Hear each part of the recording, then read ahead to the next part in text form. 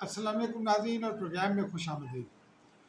آج supreme court توجہ کا مرکز رہی، اگلے دنوں میں بھی رہے گی، لیکن آج بڑا اہم کیس تھا۔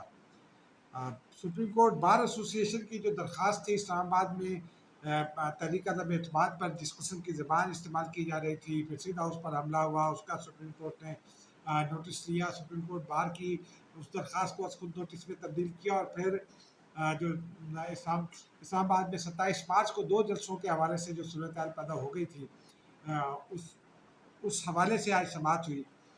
حکومتی ریفرنس بھی اسی سماعت کے دوران آ گیا، اور آج انہی چیزوں پر بات کریں گے۔ ناظرین، آج کی جو سپریم کورٹ کی سماعت تھی اس میں مجھے تو بہت طویل عرصے کے بعد سپریم کورٹ میں ماحول ذرا تبدیل شدہ محسوس ہوا۔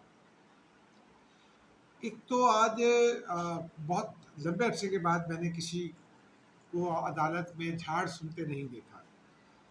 ججز نے سوالات اٹھائے اور وکلاء نے سوالات کے جوابات دیے، کچھ کلیریفیکیشن سیکھ کی۔ نارملی جو ہم دیکھتے تھے ریمارکس عدالتوں میں، اس طرح کے ریمارکس دیکھنے کو نہیں ملے۔ جج صاحبان نے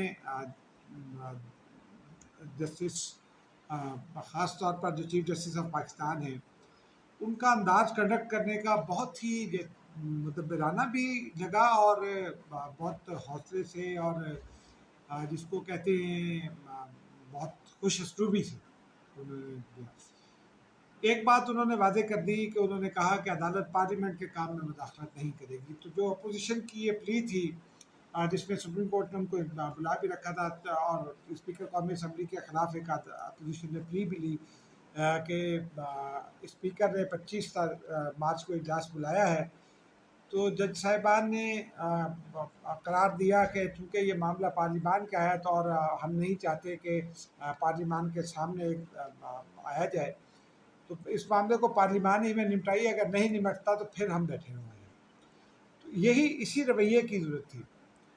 اور جہاں تک سیدھا اس کا معاملہ تھا، ایڈوکیٹ جنرل سندھ کو سنا، تو پھر عدالت نے یہ ہدایت جاری کی کہ سندھ ہاؤس کا معاملے میں پہلے ایڈوکیٹ جنرل سندھ کا بیان ریکارڈ کیا جائے، کیونکہ مقدمہ اسلام آباد پولیس کے پاس درج ہے اور اسلام آباد پولیس کو اس کو دیکھنا ہے۔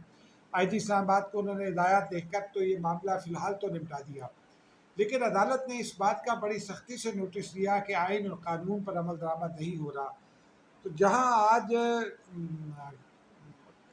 اپوزیشن کے لیے کوئی بہت بڑی فتح کا دن نہیں تھا، وہیں حکومت کے لیے بھی کوئی بہت اچھا دن نہیں، اس کو یہ کہا جا سکتا ہے کہ کوئی بہت بڑی فتح نہیں تھی، بلکہ حکومت کو زیادہ ذمہ دار بنا دیا گیا۔ اپوزیشن تو ظاہر سی بات ہے، معاملہ ہی ایسا تھا۔ عدالت عظمیٰ نے یہ بھی قرار دیا کہ آئینی اور قانونی معاملات جو ہیں وہ ہمارا مسئلہ ہے کہ ہم آئین اور قانون پر عمل چاہتے ہیں، لیکن پارلیمان کے ذریعے راستہ بنایا جائے۔ عدالت عظمیٰ نے پوری تفصیل کے ساتھ سیدھا اس کا معاملہ سنا، کیا ہوا کیا نہیں ہوا اس کے بارے میں سنا۔ مخدوم علی خان صاحب نے leader of the opposition Shehbaz Sharif اور مسلم لیگ نون کے وکیل کے طور پر جوائن کیا۔ فاروق اشنائک صاحب نے پیپلز پارٹی کے وکیل کے طور پر نمائندگی کی۔ کامران مرتضیٰ صاحب نے جے یو آئی فے کی نمائندگی کی۔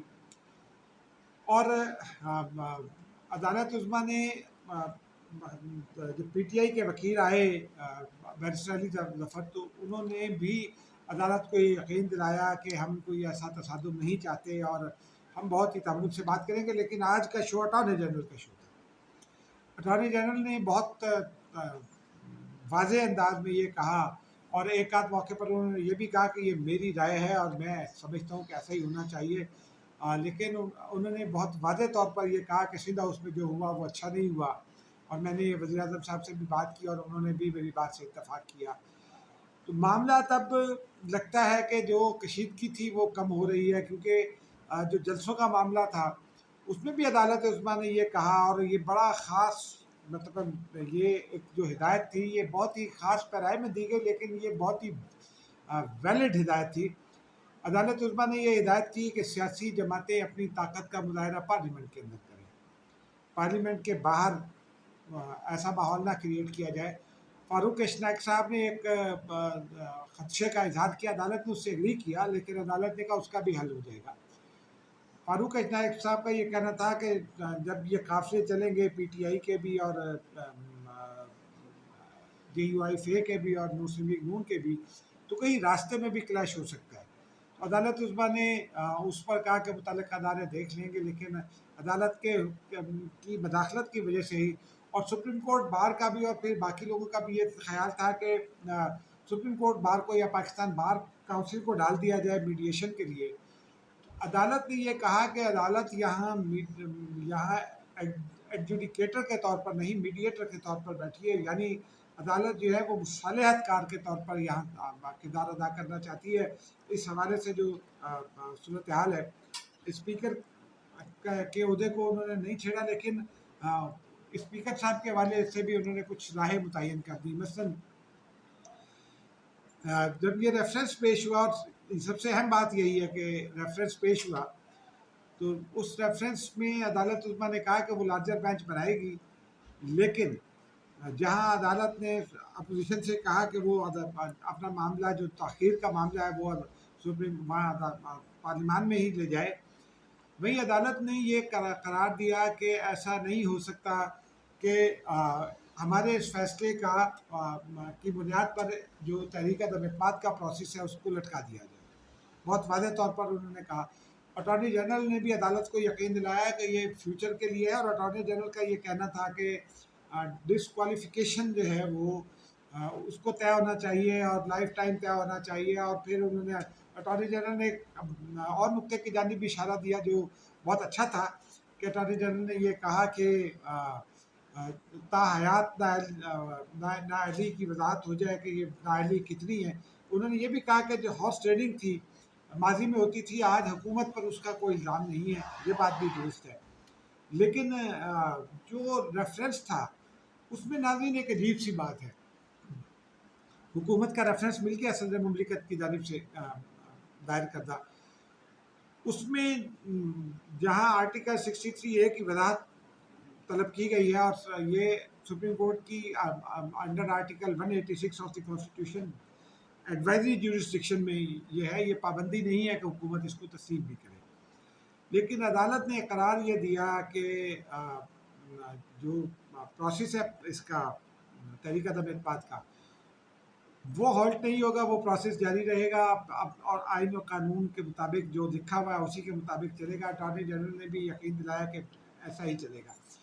हुकूमत ने उसमें जो सवालात पूछे हैं, और तो सवालात हो सकता है हुकूमत के लिए वज़ाहत तलब हो, मसलन नाअहली कितनी होती है, कितनी होनी चाहिए, ये एक अहम बात है।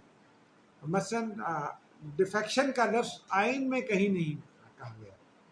आइन में ये कहा गया है कि अगर हिदायत कर दी गई 63A का जो सेक्शन बी है उसमें, कि अगर तहरीक अदम-ए-इत्तेमाद कायदे-ए-मान का इंतखाब या तहरीक अदम-ए-इत्तेमाद और फिर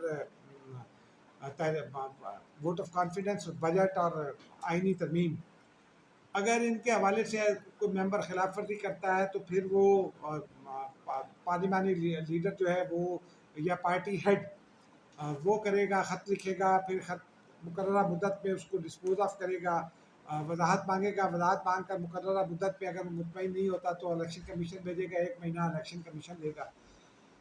तो इसका मतलब ये हुआ कि अदालत ने यह वाज़ेह हिदायत दे दी है कि जो प्रोसेस है वो उसी तरह होगा जिस आइन में लिखा है। एक बात अदालत ने और बहुत वाज़ेह कर दी, अदालत ने यह करार दे दिया कि किसी भी मेंबर को वोट डालने से नहीं रोका जा सकता, और जो अगली हिदायत थी उसमें बिल्ट इन ये भी है कि उसका वोट काउंट भी होगा। लेकिन नाज़रीन, हुकूमत ने एक अजीब सी वजाहत मांगी है। आइन ये कहता है कि अगर पार्लिमानी लीडर या पार्टी हेड जो है पार्लियामेंट के अंदर वो ख़त लिखता है और वजाहत तलब करता है, और वो वजाहत से मुतमईन नहीं होता, और उसके बाद वो डिक्लेरेशन जो है वो भेज देता है अपना माफ़ कीजिएगा इलेक्शन कमीशन को, और तो फिर इलेक्शन कमीशन अपना प्रोसेस करेगा और उसको जो है ही would cease to be as a member, यानी वहाँ नाअहली का कोई तस्करा नहीं है। डिफेक्शन का भी तस्करा नहीं है। डिफेक्शन का तस्करा वोट देने या ना देने के हवाले से वोट करेगा विल के ख़िलाफ़ पार्टी की, पार्लिमानी पार्टी की विल के ख़िलाफ़, या एक्सटेंड करेगा पार्लिमानी पार्टी की विल और हिदायत के ख़िलाफ़, तो वो उसका जो कंक्लूजन है अदालत ने कहा वो है कि मेंबर जो है वो सीज हो जाएगा मेंबर के तौर पर, यानी उसकी मेंबरशिप ख़त्म हो जाएगी, मेंबर नहीं रहेगा वो। इसमें नाअहली का कहीं तस्करा नहीं है। जब नाअहली का तस्करा नहीं है तो नाज़रीन फिर वजाहत किस बात की।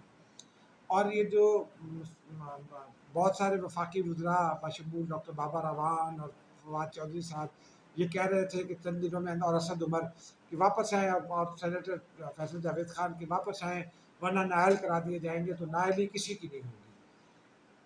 फ्री विल पर वोट डालेंगे और इंडिपेंडेंटली वोट डालेंगे, और उनको वोट डालने जाने से रोकने से भी अदालत ने मना कर दिया, जिसके बाद हुकूमत अपना जलसा ले गई है परेड ग्राउंड में। और अपोजिशन ने JUI फे की जानिब से कामरान मुर्तज़ा ने कहा कि जितनी दूर डी चौक से हुकूमत जाएगी उतनी दूर हम चले जाएंगे। तो अब मौलाना फजलुर रहमान की जानिब से भी जो दरख्वास्त आएगी DC के पास, उसमें पता चल जाएगा कि जलसा वो कहाँ करना चाहते हैं। तो नाज़रीन ये बड़ी अहम समाअत हुई, इस पर रास्ता मुतय्यन हो गया, और अब उम्मीद यही है कि आइन के में दी गई मुद्दत के मुताबिक जो है तहरीक अदम एतमाद का फैसला हो जाएगा। अब इसमें अब आपको एक छोटी सी खबर से आगाह करते हैं कि नाज़रीन पिछले दिनों इस हुकूमत ने पीका ऑर्डिनेंस और फेक न्यूज़ का बड़ा रौला डाला था। पिछले 2 रोज़ से मुख्तलिफ ऐसे अकाउंट्स जिन पर जो PTI के लोगों से वाबस्ता समझे जा रहे हैं, और PTI उसकी तरदीद भी करती है कि वो फ़ौज के ख़िलाफ़ और आर्मी चीफ के ख़िलाफ़ और DGI के ख़िलाफ़ प्रोपेगेंडा किया जा रहा है। लेकिन एक बात और भी कही जा रही है, PTI अकाउंट्स की जानिब से ये खबरें फैलाई जा रही हैं, PTI अकाउंट्स की जानिब से चौधरी निसार अली खान PTI ज्वाइन कर रहे हैं। गुज़िश्ता रोज़ भी कहा गया कि उन्होंने मुलाकात की, चौधरी निसार अली खान का चक्री में जलसा था, उन्होंने वहाँ तरदीद कर दी कि कोई मुलाकात नहीं हो रही। और उन्होंने मैंने कुछ दोस्त हैं दरमियान के, उनको बीच में डाल के चौधरी निसार अली खान से पूछवाया, तो उन्होंने यही कहा कि नहीं, कोई मुलाकात नहीं हुई आज भी। और फिर उनके ट्विटर अकाउंट का हवाला दिया गया था, चौधरी निसार अली खान साहब ने कहा कि मेरा कोई ट्विटर अकाउंट नहीं है। आज भी यही खबर चल रही थी, मैंने बनी गाला से भी पता किया, अपने ज़राए से भी पता किया, चौधरी निसार अली खान के करीबी ज़राए से भी पता किया, कोई मुलाकात नहीं हुई थी। ये होती है फेक न्यूज़, जिसका नोटिस लेना चाहिए, हुकूमत को भी नोटिस लेना चाहिए, क्योंकि इस तरह चौधरी निसार अली खान जैसी शख्सियत जिनके ऊपर कभी कोई इल्ज़ाम नहीं लगा, फाइनेंशियल करप्शन का कोई इल्ज़ाम नहीं है उनके ऊपर, बदयानती का कोई इल्ज़ाम नहीं है, अगर आप उनको भी ऐसे बदनाम करेंगे तो फिर बात कहाँ तक जाएगी। बस नाज़रीन मुझे इजाज़त दीजिए, अब तक के लिए इतना ही। खुदा हाफ़िज़।